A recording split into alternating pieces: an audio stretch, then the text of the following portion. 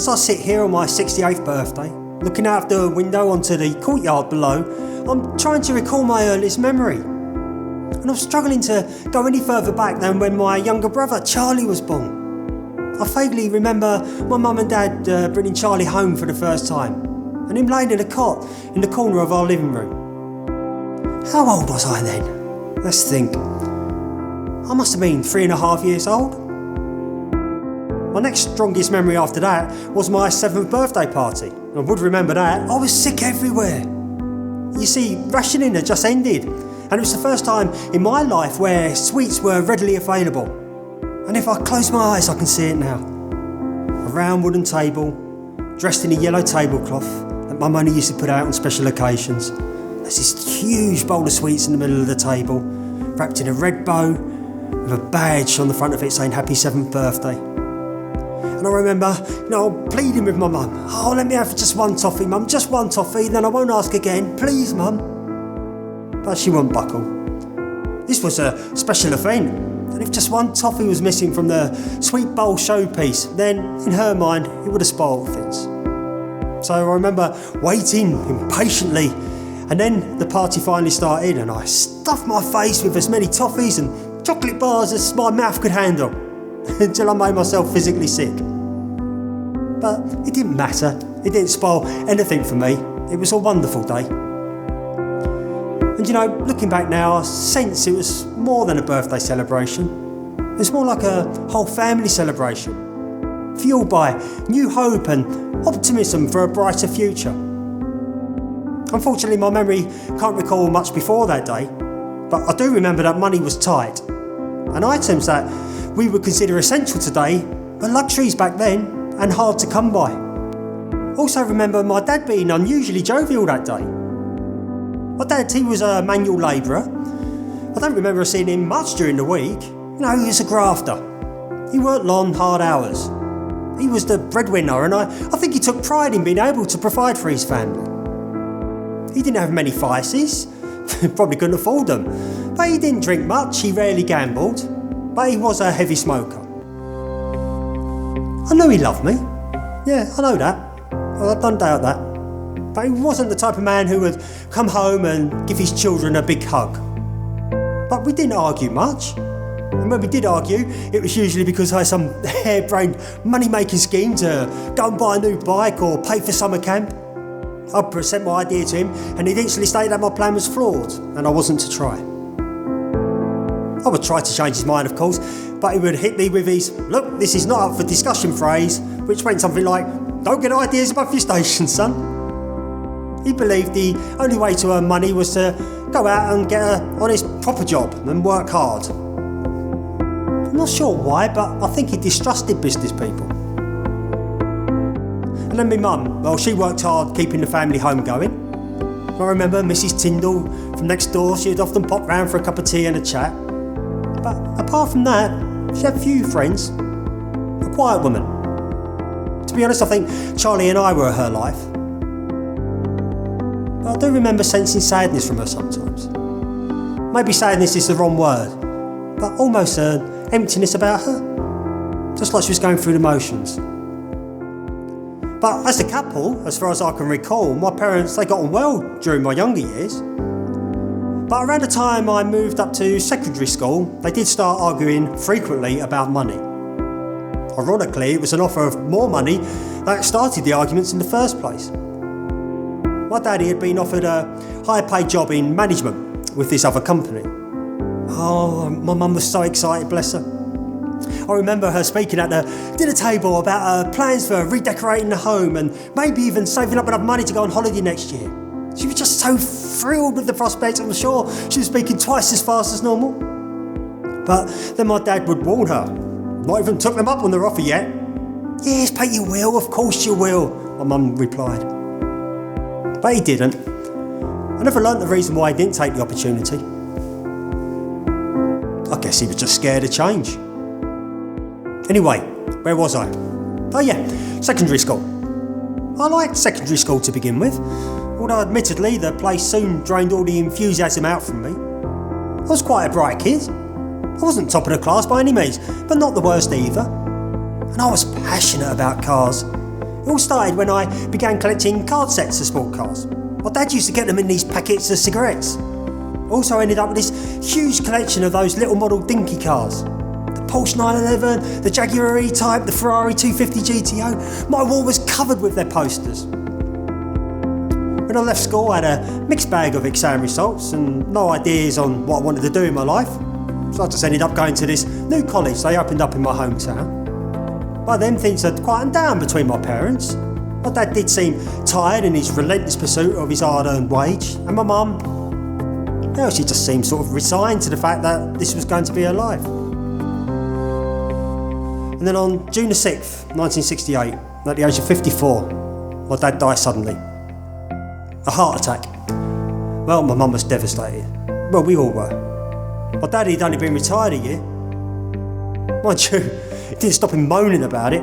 He got bored, you see. Worked hard all his life and what for? He had little financial wealth to show for it, and even less passions in life he wanted to pursue. My mum later joked that it was the year of retirement that killed him, not the 20 cigarettes a day habit. And I remember thinking, I hope you're right, because I was smoking 20 a day myself then. Well, when I left college, my first proper job was as a postman. I enjoyed it in the summer, it was alright. I wasn't quite so keen during the winter months. Now the pay wasn't brilliant, but it was enough to rent my first flat. Well, bedsit is probably a more accurate description. And then in my mid-20s, I switched careers. I became a salesman, selling insurance. I figured I could probably earn more money in that profession. To be honest, I didn't sell much insurance, but I did meet my future wife, Sandra. She was the receptionist of the company I worked for. Our first daughter, Carol, she was born in April 1979. And you think you know what love is, and then bam, you have your first child. It changed me. Well, it changes everyone. Because in a blink of an eye, I was now responsible for this gorgeous, new human being. And I vowed to knuckle down at work and provide a secure future for my family.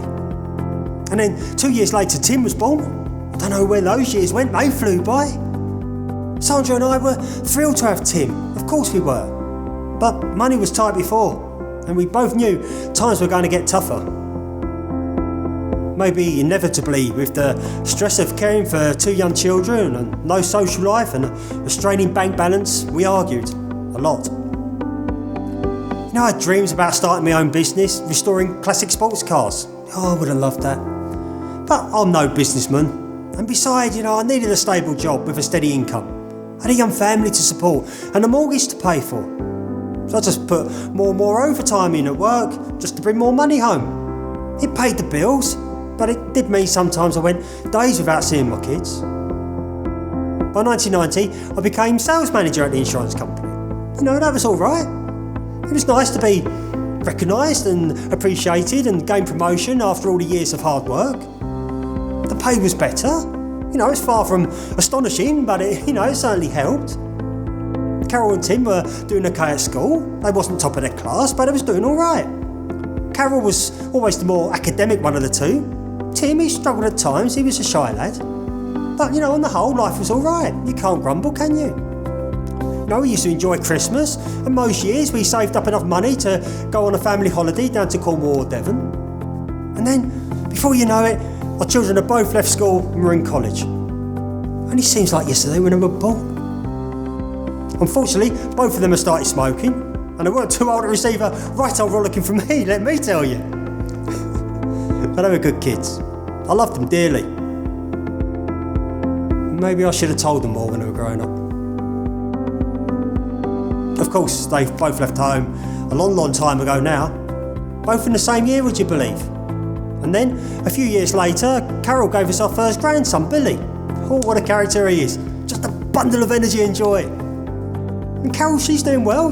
She's got a real passion for interior design, and she keeps saying she wishes she could start her own business doing that. But she has Billy to look after for now. Maybe she'll start when he's older. My husband, Jason, he's a good, sound lad. He works hard, he provides for his family. And as for our Tim, well, he doesn't have time for relationships. He's working hard as some kind of sales consultant, working all the hours God sends. But it's a steady job, he's not loaded, but he makes enough to look after himself and pay the rent on his flat. And me?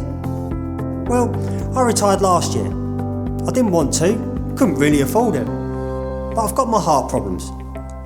That's what brought me here today, in hospital, looking out of this window, down onto the courtyard below. In a short while, I'm going down for my bypass operation. That's what prompted me to start thinking about my life. And you know, my life, it has been alright. I don't want to sound ungrateful. I know we're told we should appreciate what we got, and there's always someone else worse off than us. And of course they're right. And I love and I am truly grateful for my family and my friends. But still, just can't help thinking that I've let life pass me by. Could I have been more braver? Could I have done more? After all, what was the worst that could have happened? I do wish I could have worked with vintage sports cars, but I didn't because of my family. But is that true? Or was that just an easy excuse? Did I leave a truly passionate, fulfilling, joyful, happy life? Yeah, on occasions I did. But did I really grasp life? I started thinking to myself just last night how outrageously lucky I am to have even been given the gift of life.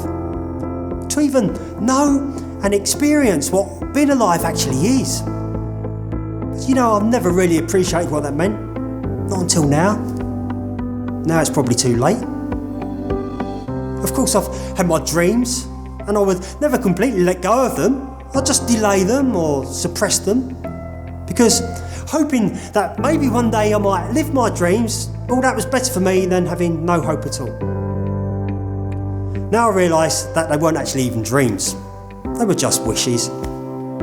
Just my imagination helping me escape from my real life, just now and again. They never grew beyond wishes because I lacked the courage. I was scared of failing. How daft. But why was I scared of failing? Was I scared of what others might say? Or was the real reason because I was scared of myself? Was I scared that if I failed I'd be admitting to myself I wasn't the person I thought I was? I wasn't as good as I thought I was. So was it my own ego controlling my life? Was it my own ego trying to protect me by telling me I wasn't good enough to achieve my dreams? But then, why did I believe I lacked the ability, or the knowledge, or the skill to go out and do what I was so passionate about? Where did those beliefs come from? Were they even true? That's what I thought about last night. And now I realise my life has been a continuation of my parents' lives and the lives of the people who I grew up with. There's been a few changes, but my parents' lives and the lives of the other people I grew up with, they've been remarkably similar to my own. Money was tight for them, and it was being tight for me for most of my life. I was brought up to believe you had to work hard, long hours to earn money, and that's what I've done. I've continued with the habits as well. Just like my dad, I smoke. And just like my dad, well, he died young from a heart attack, leaving 2 young adults behind. Never seen them get married or experiencing the love of the grandchildren. At least I've seen one wedding and loved Billy. But do you know what my biggest regret is? Just like a family heirloom being passed down through the generations, I now realise that I've passed on my self-limiting beliefs to my children. My beliefs, they're affecting every unconscious decision they make in their own lives. My beliefs are dictating to them what they can achieve or they can't achieve in their own lives. I hope they break this cycle. I just hope I'm around to explain to them that what they believe is possible or not possible is not the truth. It's only their perception. But not only that, it's not even their perception. It's Sandra's and I's and our parents' and our grandparents' perceptions. It's nearly time for me to go down for my operation. Now before I go, you're probably wondering who I am. Well, I could be you. I could be your future self. So I urge you to start looking back on your own life and start questioning why you believe what you believe. Because the time to change is now. Change now for your own sake and your family's sake. And yes, adopt and treasure the good beliefs you've inherited from your parents. But then at the same time, start challenging and changing your limiting beliefs. And if you've had ideas or wishes that just seem so outrageous you wouldn't dare tell anyone about them, then start thinking about them again. Why can't you do it? Start converting your wishes into dreams. Have your dreams and then start trusting that you can realise them. Because if you trust in your dreams enough, it is inevitable you will achieve them. It's inevitable you will achieve them because you will always prove yourself right. I believed I could achieve my dreams, I proved myself right. I believe money should be hard earned and hard to come by. I proved myself right. I believe you would suffer disease at a young age if you smoked, and I've proved myself right. Whatever you believe, you will be right. So why not just choose better beliefs? Look, you're here now, right in this very moment in time, lucky enough to know, feel, sense what being alive actually is. Don't let me be your future self.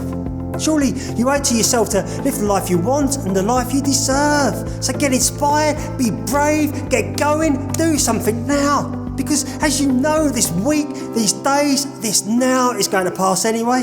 So make this now a super now that just makes you go wow.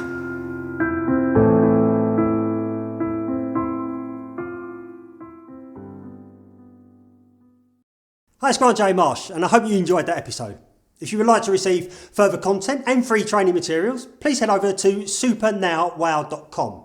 If you would like to support the show, then I would be extremely grateful. Please subscribe to the show on iTunes if you haven't already, and leave an honest review of the show. Or, if you can put up with staring at me for each episode, you can subscribe to the YouTube channel Grant J. Marsh. Finally, I'll be absolutely thrilled if you join me on Facebook at Grant J. Marsh Fan. That's Grant J. Marsh Fan, where every day I try to post inspiring content for you. Thank you so much for your support, it means a lot. And remember, today's going to pass anyway, so make this now a super now that just makes you go wow.